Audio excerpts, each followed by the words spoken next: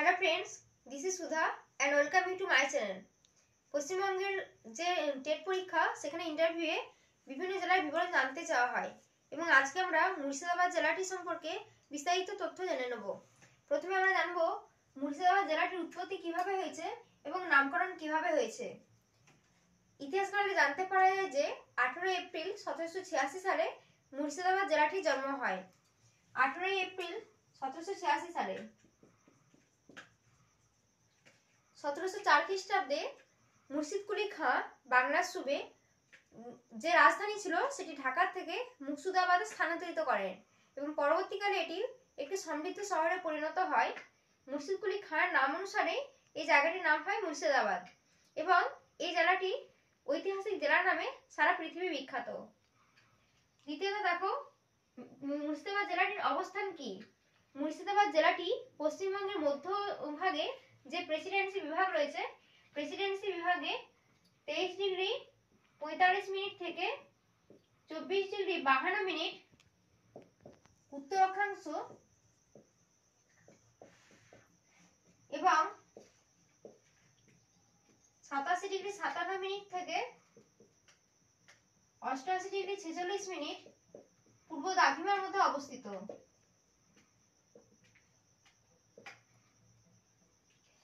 পরবর্তী প্রশ্ন দেখো, মুর্শিদাবাদ জেলার সীমানা কি, অর্থাৎ মুর্শিদাবাদ জেলার উত্তর, দক্ষিণ, পূর্ব এবং পশ্চিমে কি রয়েছে। উত্তরে রয়েছে বর্ধমান এবং বাংলাদেশ,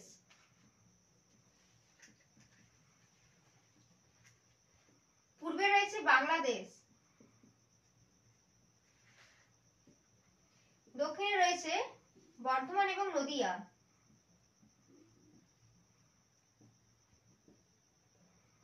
এবং পশ্চিমে রয়েছে বীরভূম এবং ঝাড়খণ্ড রাজ্য।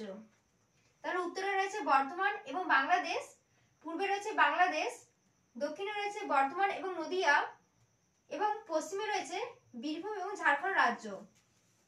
পরে দেখো মুর্শিদাবাদ জেলার আয়তন কত। মুর্শিদাবাদ জেলার আয়তন হলো 5324 বর্গ কিমি। মুর্শিদাবাদ জেলার সদর কোনটি? বহরমপুর। মুর্শিদাবাদ জেলার সদর শহর হলো বহরমপুর। মুর্শিদাবাদ জেলার মহকুমা সংখ্যা কটি? 5টি হলো মুর্শিদাবাদ জেলার মহকুমা সংখ্যা, 5টি, এবং এগুলি কি কি? লালবাগ, জঙ্গিপুর, বহরমপুর, ডোমকল এবং কান্দি। মুর্শিদাবাদ জেলার মহকুমা হলো 5টি এবং এগুলি হলো লালবাগ, জঙ্গিপুর, বহরমপুর, ডোমকল এবং কান্দি। মুর্শিদাবাদ জেলার জনসংখ্যা কত? মুর্শিদাবাদ জেলার জনসংখ্যা হলো 71,02,430 জন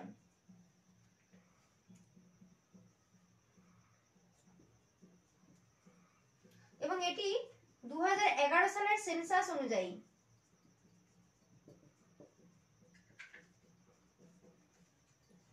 পরবর্তী দেখো মুর্শিদাবাদ জেলার জনঘনত্ব কত।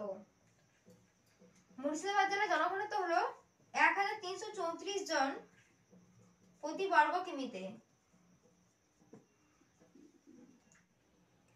নেক্সট দেখো মুর্শিদাবাদ জেলার থানার সংখ্যা কত। মুর্শিদাবাদ জেলার থানার সংখ্যা হলো 26টি এবং এখানে লিঙ্গ অনুপাত কেমন? প্রতি 1000 জন পুরুষে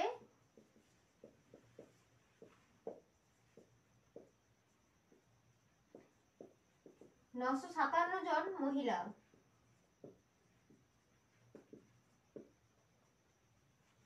এখানে সাক্ষরতার হার কেমন?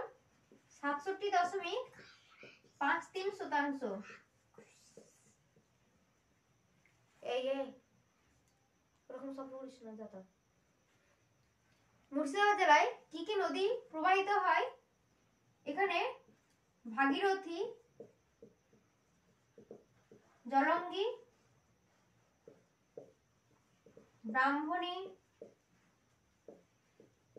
ময়ূরাক্ষী, ভৈরব, দ্বারকা,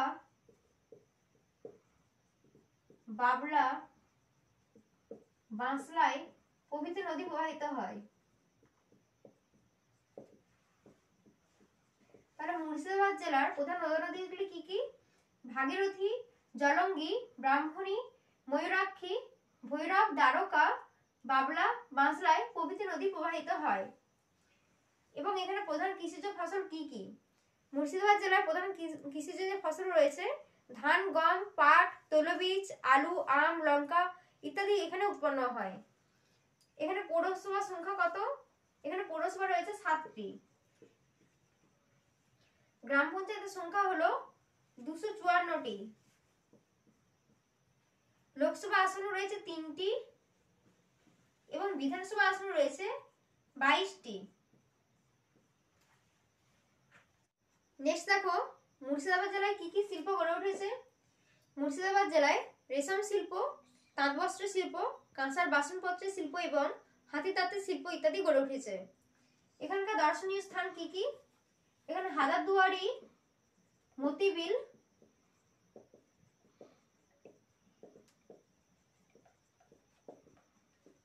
নবাবের সমাধি, তোপখানা, হীরাঝিল প্রাসাদ,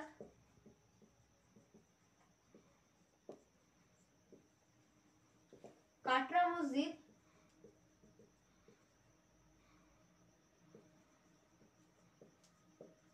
লালবাগ, গোলাপবাগ, জগৎ শেঠের বাড়ি প্রভৃতি দর্শনীয় স্থান রয়েছে।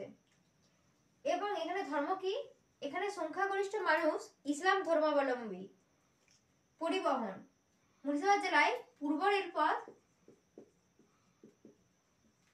এবং জাতীয় সড়কপথ NH-34 জাতীয় সড়কপথ দেখতে পাওয়া যায়। এবং এখানে বরেণ্য ব্যক্তিত্ব কে কে রয়েছেন? মুর্শিদাবাদ জেলার যে সমস্ত বরেণ্য ব্যক্তিত্ব রয়েছেন তার মধ্যে অন্যতম হলেন রাখাল দাস বন্দ্যোপাধ্যায়।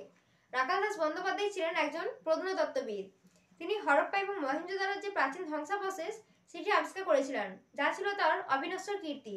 এছাড়া বাংলায় পাল রাজাদের সম্বন্ধে, কনিষ্ক সম্বন্ধে তিনি বিভিন্ন ধরনের আবিষ্কার করেছিলেন যেগুলি আজও প্রামাণ্য। তিনি ছিলেন মুদ্রাতত্ত্বে সুপণ্ডিত এবং তার রচিত গ্রন্থগুলির মধ্যে প্রাচীন মুদ্রা, শশাঙ্ক, ধর্মপাল ইত্যাদি কিন্তু উল্লেখযোগ্য।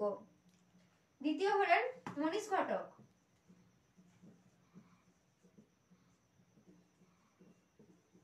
মনীষ ঘটক ছিলেন একজন প্রখ্যাত কথা সাহিত্যিক। তার রচিত গ্রন্থের মধ্যে গোষ্পদ, মৃত্যুঞ্জয়, ভুখা ভগবান প্রভৃতি কিন্তু উল্লেখযোগ্য এবং কনখল ছিল তার বিখ্যাত উপন্যাস। এবং তৃতীয় ব্যক্তি হলেন শিবরাম চক্রবর্তী। শিবরাম চক্রবর্তীর যে পৈতৃক নিবাস সেটি হলো মুর্শিদাবাদের জরুর বাগলা এবং তিনি জন্মগ্রহণ করেছিলেন কলকাতায় তার মাতুলালয়ে এবং তার কৈশোর কেটেছিল মালদহের চাঁচলে। শিবরাম চক্রবর্তী ছিলেন একজন মূলত শিশু সাহিত্যিক এবং তিনি অনেক হাসির গল্প লিখেছেন। তার যে সমস্ত গ্রন্থগুলি ছিল তার মধ্যে মস্কো বনাম পন্ডিচেরি, বাড়ি থেকে পালিয়ে ইত্যাদি উল্লেখযোগ্য। এবং তার রচিত যে চরিত্র ছিল হর্ষবর্ধন গোবর্ধন সেটি কিন্তু অমর হয়ে আছে। পরের জন হলেন রাধারানী দেবী।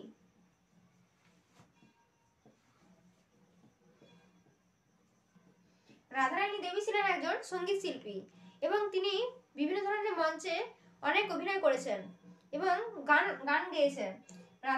রাধারানী দেবী কীর্তন সম্রাজ্ঞী নামে পরিচিত। কীর্তন সম্রাজ্ঞী। এবং তার নজরুল গীতি, রবীন্দ্রসঙ্গীত ইত্যাদি বিভিন্ন ধরনের শতাধিক রেকর্ড কিন্তু রয়েছে। নেক্সট হলেন রামেন্দ্র সুন্দর ত্রিবেদী। রামেন্দ্র সুন্দর ত্রিবেদী ছিলেন একজন বিখ্যাত সাহিত্যিক, পদার্থবিজ্ঞান এবং রসায়ন শাস্ত্রের অধ্যাপক। তার যে সমস্ত গ্রন্থগুলি ছিল তার মধ্যে প্রকৃতি, চরিতকথা, জিজ্ঞাসা প্রভৃতি কিন্তু উল্লেখযোগ্য। এবং বঙ্গভঙ্গের প্রেক্ষাপটে তিনি বঙ্গলক্ষ্মীর ব্রতকথা নামে গ্রন্থ রচনা করেন এবং এই গ্রন্থটির শেষাংশে রবীন্দ্রনাথ ঠাকুর রচিত বাংলার মাটি বাংলার জল এই গানটি উদ্ধৃত রয়েছে। এবং 1905 সালে বঙ্গভঙ্গ উপলক্ষে তারই ডাকে সারা বাংলা জুড়ে অরন্ধন পালিত হয়েছিল রামেন্দ্র সুন্দর ত্রিবেদীর আহ্বানে।